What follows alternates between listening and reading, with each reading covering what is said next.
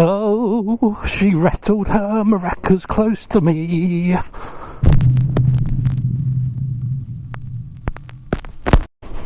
Oh, look at my bike. Hello, baby. Oh, it's raining. Shit bags. Actual bags of shit. Like a massive sack of feces. All slopping out over the side.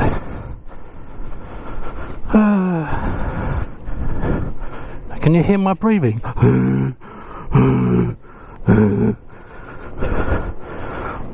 Sound like a fat Darth Vader.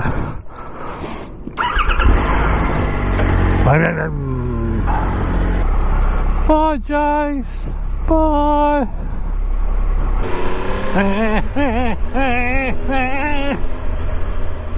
Okie dokie.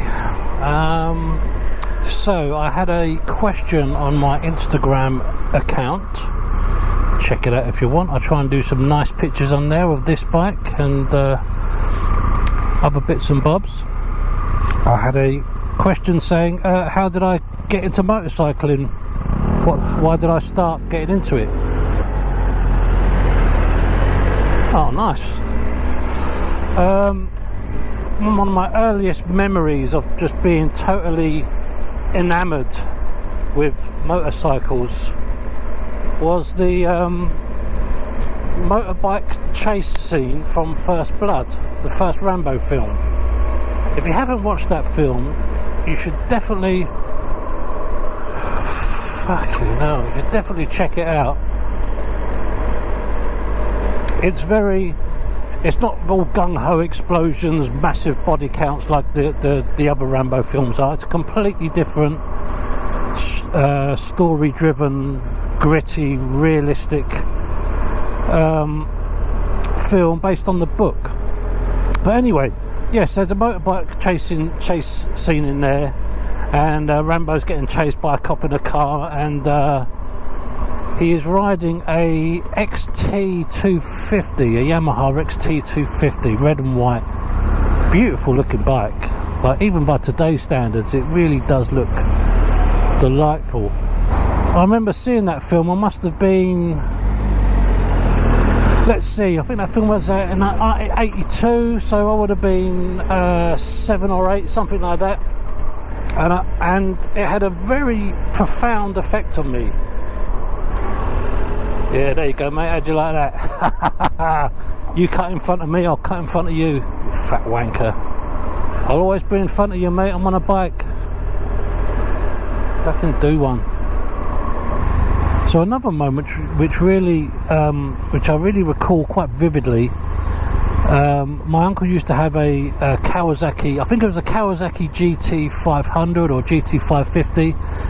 This is again back in 84, 85, something like that.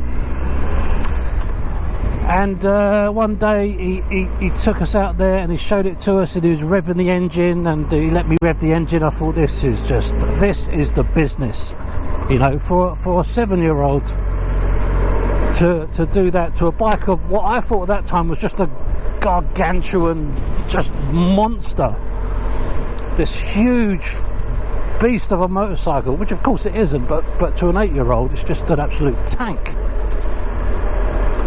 So yeah, he let me rev the engine and stuff, and my sister at the time, she would have been about 5 years older than me, so she was, you know, the sort of pushy older sibling. And my Uncle Tom, he said, would you like to go out on it? You know, go for a little spin. And I was like, are you kidding me? Yes, of course. But then my sister overheard this, and she was like, no, I want to do it. So she basically pushed in front of the queue and jumped on the motorbike, which had been running for a while at this point. And she scalded her leg on the exhaust. And you know what? She screamed, and she had this big blister appear on her leg. And I was cracking up. I thought it was hilarious, because you do at the time, you know. And at that point, I realised that it felt like the motorcycle was on my side. That's what it felt like. It felt like the bike was kind of fighting my corner, so to speak. And yeah, sure enough, he took me out on it. We went around the country lanes in Kent, and it was just an unbelievable experience. The noise, the wind, the fear, you know, but a good fear. Yeah, just so those were the two sort of moments that sowed the seed for my love of motorcycles. And of course, Street Hawk a few years later. Who remembers Street Hawk? What a machine.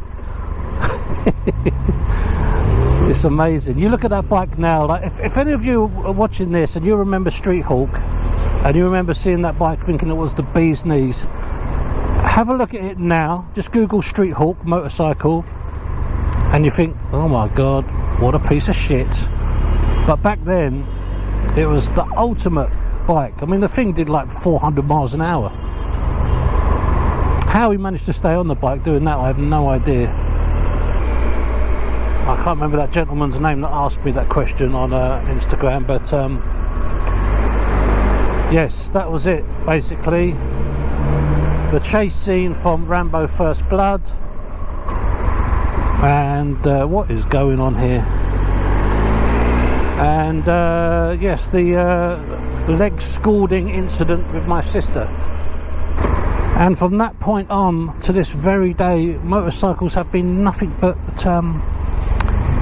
kind to me. They brought me nothing but joy and happiness, which is a rare thing to say these days. Unfortunately, there's not many things that can do that for this length of time.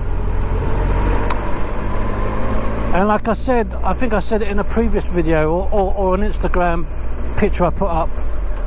Actually, it was an Instagram picture. I took a picture of this bike and I said, you know, this bike, or not just this bike, any bike, but this bike in particular has taken me into the Arctic Circle. It's taken me to Elvis Presley's house. And it takes me to work every day. That's the thing that still blows my mind. This daily grind, you know, that we do, or that I do on this bike, yet it can also take me across America or wherever without any complaints or hiccups. I don't have to do anything to it. It just does what I ask of it. It's I love it, and I love it for that. Come on, come on, come on, come on, come on, come on. Ah, no bloody wonder the lanes are closed off. Oh, sticks of cock.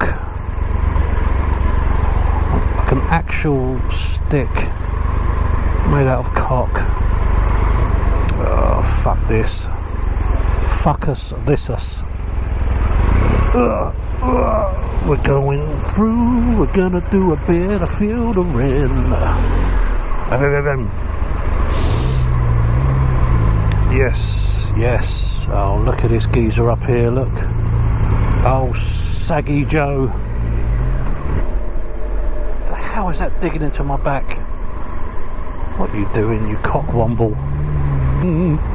She rattled her maracas close to me. Oh, I'll tell you what, the lights have been very friendly to me tonight. The traffic light gods are shining down on me, saying, give that poor fat bastard green lights all the way. Oh, and again, look at this. Woo! Stay green, stay green, stay green. Yes. Oh, brake, brake, brake, brake, brake, brake, brake. Oh, Bucks fizz. So the question I'm asking is, the love of motorcycles and the love of riding bikes, is it nature or is it nurture? does it take a certain personality to have this inbuilt desire to ride a motorcycle? Can you be taught to enjoy it?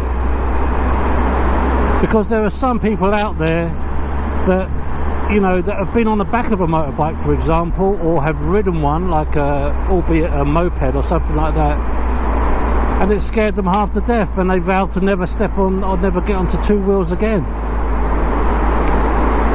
But for some people, it's that rush of adrenaline when you get that kind of fear is the hook. Are you born with the love, or does it have to be nurtured? That's what I'm asking. Tell me what you think down below.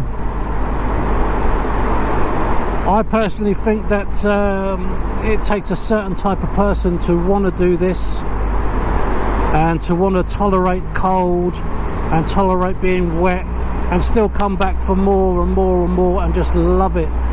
What is it? What is it about it that we love? And I think the most common answer would probably be the fact that we're not inside our vehicle, we are on it. We are on it and outside. And we can sense the changing of the temperature. You know, like if you go through like say a road like this, and then you go through a shady sort of wooded area, you feel that dip in the temperature and the smells, and you know. And another example, if people that have had they've crashed on a bike, and in some extreme cases some bikers have lost, you know, like the lower part of their leg or the use of an arm. But despite that massive change in their physicality, due to the fact that they ride a motorcycle, they come back for more. They adapt the motorcycle to fit their needs. That's crazy. But, you know, I can totally understand why.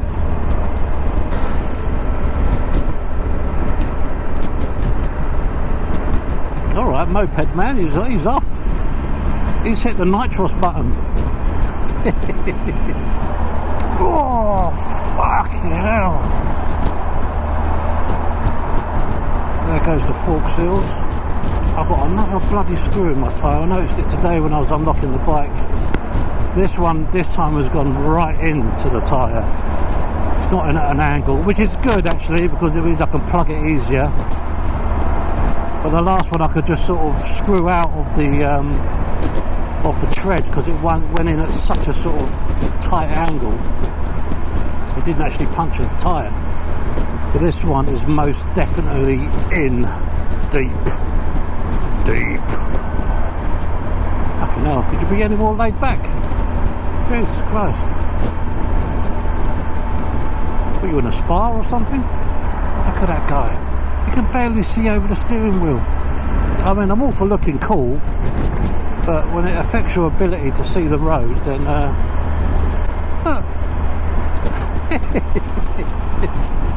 look at him! Blood, there's no one driving a car! So you know what's funny? I don't know, Billy, what is funny? Why don't you tell us? Oh, look at that rainbow. Oh, up above the streets and houses, rainbow flying high. Oh, it's gone. So one thing I've noticed travelling to work a lot more now the traffic's built up is there's a lot of sort of really aggressive filtering tactics employed by motorcycle riders. You know, they're darting in and out, they're revving their engines to make people get out of the way. And I'm just of that sort of nature where I do a bit of filtering, as you've seen today, but I also know when to hang back and just chill out for a bit. And I would definitely say I'm a slower rider. I'm not a fast rider by any stretch of the imagination, but that said, 9 times out of 10 I always catch up with these guys, these faster riders, at the traffic lights, which begs the question, what's the point? What is the point of being a really aggressive rider when you can get to where you're going, you know, generally speaking, at the same sort of time. But each to their own, you know. Like I said before, I don't tell people how to ride. It's none of my business. But it's just an observation. You know, it's the classic. Oh, just cut out in front, no problem. It's the classic hare and the tortoise situation. Just because you're going faster doesn't mean you're going to get to your destination any quicker. The traffic lights kind of govern that. You know, the P stands for PNAS. Posterior. Pustule. Got to say, the journey goes so much quicker when I'm talking to you guys. So much quicker, it's crazy. So, based on what we were talking about earlier, about the guy's question about what inspired me to ride a motorcycle, what was the sort of catalyst for it that started it all off? I wanted to, by the way, this is the route map let me start again. This is the route on the map that we did. Oh my god, I can't even talk. This is the route that we took across America, and I just stick things on here recently. This guy's called Alvin Strait. They made David Ditch did a film about him. Fantastic film. That's like an artistic render of the actor that played him. That's the actual guy called Alvin Strait. Google him and they tell the whole story, but it's a really fascinating story. But I just thought I'd put this one up. There he is there in a clip from the film. Sylvester Stallone riding the XT250 away from the police. And it's just a nice visual reminder of why, you know, the excitement as a child that you have when you, when you get into something. And to not lose that excitement, to keep it, you know. Never lose the passion for it. So I'm going to stick him right in there. There you go.